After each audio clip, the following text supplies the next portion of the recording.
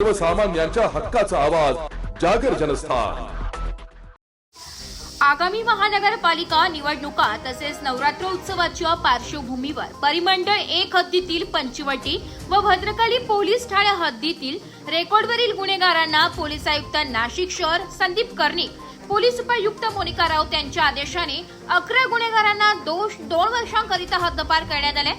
आज दिनांक 16 सप्टेंबर रोजी दुपारी 4 वाजता पोलीस उपायुक्त मोनिका राऊत यांनी दिलेल्या माहितीनुसार भद्रकाली व पंचवटी भागातील काझीगडी, जुने नाशिक, आडगाव नाका, शिवनेरी झोपडपट्टी, सम्राटनगर, फुलेनगर, मातंगवाडा तसेच इतर भागात गुन्हेगारी पार्श्वभूमीवर असलेल्या आकाश उत्तम गरड, युवराज लड्या वागिले, अर्जुन राजू लोट, सागर अनिल कुमावत, ऋषिकेश बापू पगारे, तुषार चंद्रकांत काळे, करण राजू लोट, रोहित राठोड, आतिश कुंडलिक बोडके, सागर ताते, शोएब सादिक शेख हद्दपार करण्यात आलेले आहे। जागर जनस्थानसाठी प्रतिनिधी संदीप नवसे, नाशिक। आगामी येणारे नवरात्र उत्सव व आगामी महानगरपालिकेच्या निवडणुकांच्या पार्श्वभूमीवरती परिमंडळ 1 अंतर्गत सराईत 11 गुन्हेगारांना 2 वर्षासाठी तडीपार करण्यात आलेला आहे।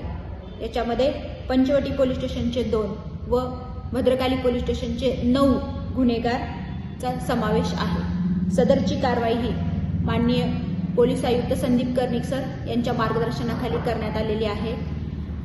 सदर कारवाईमध्ये 2 आणि 2 पेक्षा जास्त गुन्हे असणाऱ्या गुन्हेगारांच्या याद्या तयार करण्यात आलेल्या आहेत व MPDA, मोक्का व तडीपार अंतर्गत कारवाई सुरू ठेवण्याबाबतची मोहीम सुरू झाली।